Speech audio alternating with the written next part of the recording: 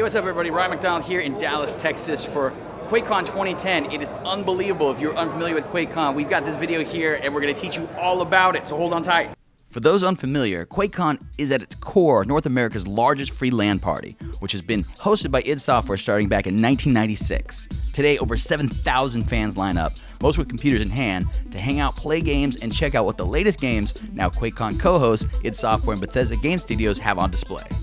The largest area which attracts the most attendees is the BYOC, or Bring Your Own Computer area, which allows players who typically only ever meet online to see and play with each other in person. BYOC tournaments for anyone that wants to participate competitively are also organized by the volunteer staff.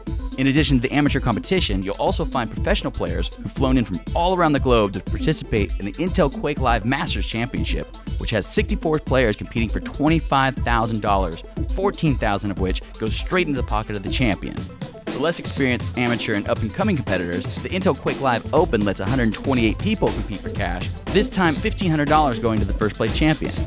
Last but not least is id Software's 4 vs 4 Capture the Flag tourney, which sets 32 teams down a path leading toward a purse of $12,000 for the first place team. Another main component of QuakeCon is the exhibition floor, which has a sort of mini E3 feel to it, with booths featuring playable versions of Brink, Fallout New Vegas, Hunted Demon's Forge, plus lots of hardware vendors like Nvidia, and a few fun ones like these guys from Glitch Gaming Apparel.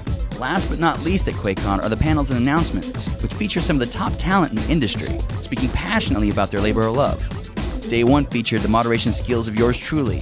Turn off your cell phones, please, in a panel all about the world of level design, and featured Todd Alderman from Respawn Entertainment, Matt Hooper of id Software, Joel Burgess of Bethesda, and Neil Alfonso of Splash Damage. During id Software President Todd Hollenhead's welcome address midday on day 1, he introduced Pete Hines from Bethesda, who revealed that Arcane Studios, the development house responsible for Dark Messiah of Might and Magic, and more recently helping 2K Marin with Bioshock 2, would be joining the id and Bethesda family under parent company ZeniMax. One of the last real treats of the day came via living legend John Carmack himself, who not only showed off a super impressive looking version of Rage for the iPhone during his keynote, but also hosted a panel where he not only talked about his passion for building rockets, but treated the crowd to a whole lot of video as well.